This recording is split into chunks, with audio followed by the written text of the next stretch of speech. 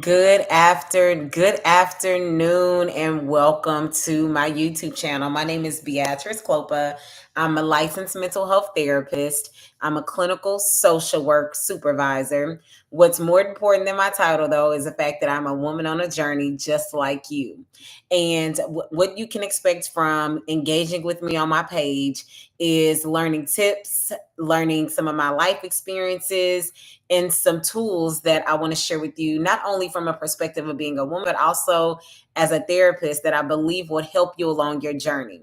I believe that, all of us are on a life course, and I find that it's helpful for me to be able to share my experiences, either directly or indirectly, that I've had that can help other people also find more joy and ease along their path. So, if you find anything that I say helpful, please make sure you hit the like button, comment, subscribe. I want you to comment. I want to hear from you. I want to know what your thoughts are, what you like, what you want to hear more of, so that I can create content that is perfect for you, that speaks to your heart, speaks to the journey that you are in your life right now. Okay. So, in our video today, I am going to be talking with you about building and connecting with other people, basically making friendships as an adult. Let me cut to the quick. Okay, I'm going to share with you some of my own experiences. I'm going to give you 5 things to consider. Okay. Now, what prompted this video is conversations that I've had with clients, conversations that I've had with friends, even my own shared experience that I have shared with other people about what it's been like making friends as an adult. Here's one thing I'm going to tell you: making friends as an adult is almost like dating. Okay. You can't just jump in and call somebody friend right off bat. Like, you have to take your time with people. Here's why I say that. When you are getting to know people, they are coming with all of their own history, all of their own perspectives, all of their own ways of relating to other people that may or may not vibe with you. So when you meet somebody off bat and y'all connect and it feels like, oh, this is a good connection, I would say hold off. The same way that you would take your time when you are dealing with the man that you just met. We don't want you to be Delulu and be like, oh, my man, my man, my man, after the first date, right?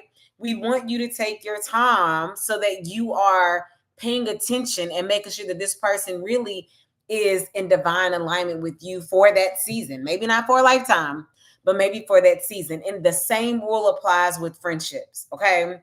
So, one thing that I've been experimenting with is what are things that what is language that you can use to describe your relationship with someone if you are not ready to yet call them a friend, right? The title friend, I think, has been quite loosely used, which is why there's so much cancel culture that's happening, possibly. Okay. But I think that we can use language like, this is someone that I am acquainted with. This is somebody that I'm building you can even specify, this is someone that I'm building a friendship with. This is someone that I just met that I'm getting to know. That's language that I want to offer you that you can use when you're describing the space that you're in with someone after you've gotten to know them. Okay, so let's jump right in. The point 1 that I want to share with you is I want you to think about boundaries and respect. That needs to be the foundational piece of the relationship that you're building with that person. And that involves a few things like, respecting each other's personal time, space, and comfort levels. What I have found in my experience making friends as an adult is, number 1, some women be ready to jump straight in and just get all the way in there with you. And I don't know if it's because I'm an empath, because I'm in the healing work. I don't know if some of you have had that experience as well, particularly if you may also be an empath or do healing work with people. But some people just want to jump straight in. They're going to tell you everything, sometimes too much, too fast. But and for me, I mean, I need to take it slow with people. I don't want my relationships to become this thing of dumping all of this trauma history and all that kind of stuff, right? But even for people who may not be empaths or that may not be in the healing work, you all also experience that same type of thing. And what it is you may be running into somebody that struggles with their own emotional and spiritual boundaries. Okay, so you want to look for that. Okay, also personal space. You know, some people after you meet them, they want to hang out every day. You know, they want to see you all the time. Make sure that you all are on the same page, and you have to be willing to communicate with them about what you have the time and the space to do. Or if you historically have been that woman who is jumping in and going real fast, you want to see her all the time. Maybe both of you work remotely and you want to remote work with her every day. Give her spaces, give her space, slow it down, okay? Because even for you, if you struggle with boundaries when you are in relationships, whether they're platonic or romantic, you really want to take your time too, because if you are the type to move fast, you will be overlooking and blowing past all of these clear red flags or yellow flags or even green flags because you are so focused on your own agenda or what you want, which is this connection with this person. And that's okay to want that connection, but you also have to pace yourself, okay? And everyone is not comfortable moving at the same pace. So you have to read the room, ask questions.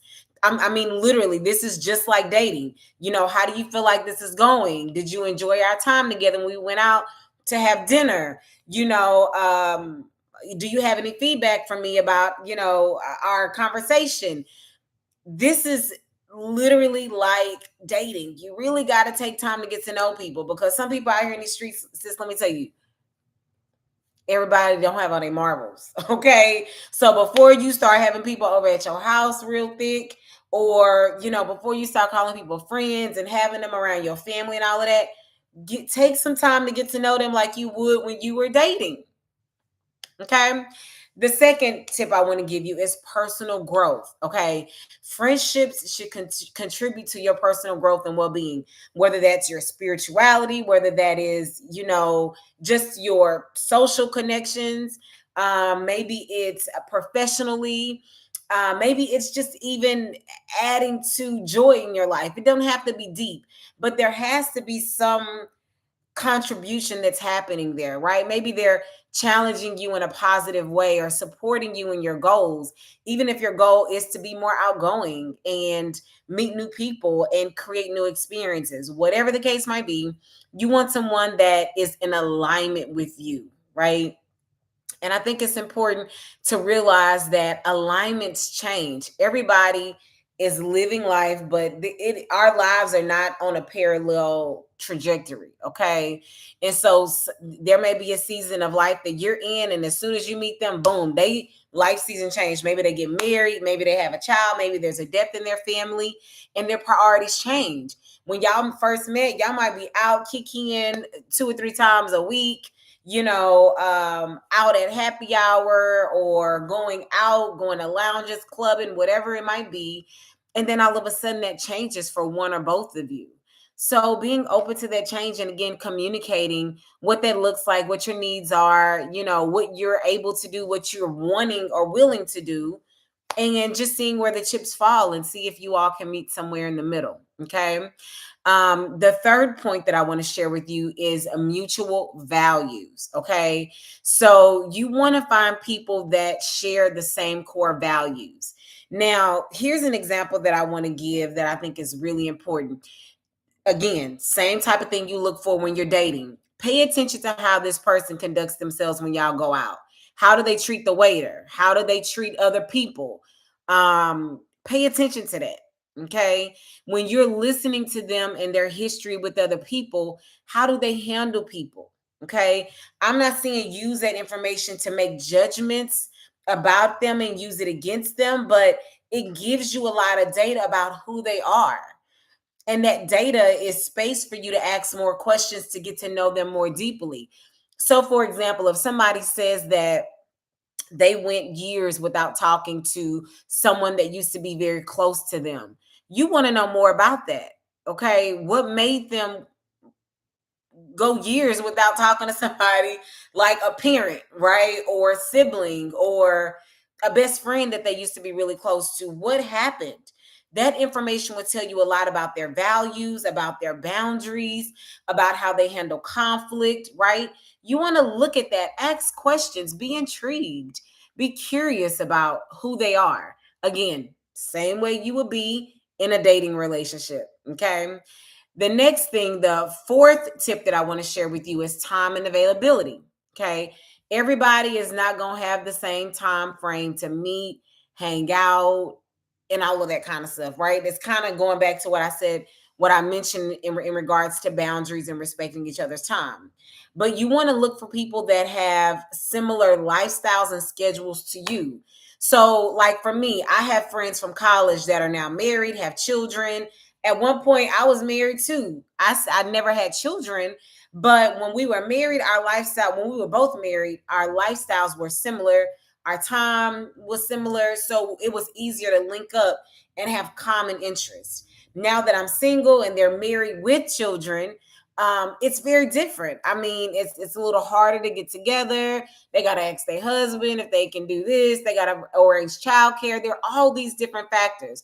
That's okay, but you have to also understand that you're probably not going to see that person on a regular basis. Okay. So they may or may not be a part of your inner circle. They may or may not be a part of your inner circle, and that is okay. But if you're in a season of life where you really want some people or someone to do life with on a regular basis, it's important to look for somebody that is in a similar season of life. Okay. That's step number 4. Step number 5. Here's a big one, especially for you empaths and people that do healing work. Reciprocity. Reciprocity, baby. I cannot stress this enough. Healthy friendships are balanced and reciprocal. If you have to ask to take up space in the friendship, baby, that's basic stuff. If you have to be asking for the basics, I mean, that's just me. That's just me. If I have to go out of my way to be asking you for basic human considerations, I don't have the energy for that in this season of my life. Okay. That's just me though. But that's for you to decide. What does it look like for the relationship to be reciprocal? Again, I'll share from my own personal experience as being an empath, someone that's in the healing work. There are times where I meet people and they are so hell bent on just talking about themselves. That's it. Like there's no space for me, as if I don't have something going on in my life or there's nothing that I would like to share or process or get their feedback on or just shoot the shit about. You know what I mean? That's the thing. That's the thing. It's just no balance. But I also think that, like a lot of men that I know as friends, and then even men that I counsel, the same kind of thing that they share about women. After a while, when we are in our singleness, we become very self-absorbed in a way that shows up too in friendships, where it's just like, hello, there's somebody else here outside of you. So even as a therapist, I see this showing up in spaces and friendships, not only for me, but I process this kind of stuff with other friends and with clients. I mean, this is just a natural human life experience. But I think that because we are in a time in this world, in this experience, is that more of us are becoming more spiritually attuned. We're becoming more self-aware, and we are noticing these things about people. And again, this is not data that we use against someone. This is data that we use to help us determine, is this person a good fit? Is this a divine alignment for me right now? Because you also have to know energetically what you have the space and the capacity for. Okay. The other piece of it, I feel like I need to sneeze. The other piece of it is, you know, again, it goes back to asking deeper questions about who that person is, about their life experience. It will give you information about their values, about their boundaries, about their needs and their wants. Okay. Even in friendships, our friends have needs that they expect us to meet, right? Whether that's showing up, spending quality time, meeting their love languages. These things are present in friendships too. Again, same way that you consider these things in dating, it's the same thing in friendships, sis. Same thing. Okay. So as you're making friends, these new people that are coming along, take your time and get to know them. Get to know them. Okay. See them in different spaces. Like maybe y'all go to a lounge together. Maybe you go to a networking event together. Maybe you go to a sports event together. Maybe you go clubbing together. See them in different spaces. Some women do not, they not cute or nice if you go out with them and you get more attention than them. We know that's a real thing. You want to see how they handle things. If y'all happen to go out and you getting all the attention, or maybe they're getting all the attention, right? Or maybe there's a balance. These are real dynamics that happen between women that are not discussed enough. And if you're in the position where maybe you are getting more of the attention than your other friend, how do you handle, how do you navigate, how do you balance that energy, right?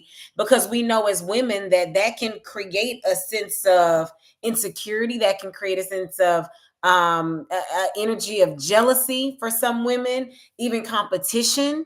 uh but I think when women are in spaces where they are self-aware, they are practicing loving themselves and loving other people, and really managing their own emotions, it's easier to deal with those feelings that may come up, like jealousy or frustration or insecurity or whatever the case might be. You want to see, can she manage her own emotions, right? But you also want to take into consideration, like my homegirl been sitting here for 10 minutes while this dude is talking my ear off. Okay, so you got to be considerate too. Um, so yes, so there's more to be said about that, but I want to hear from y'all. Let me know what you think, because that's a whole nother video that I can do on just that topic alone. Um, let's see if there's anything else that I wanted to share.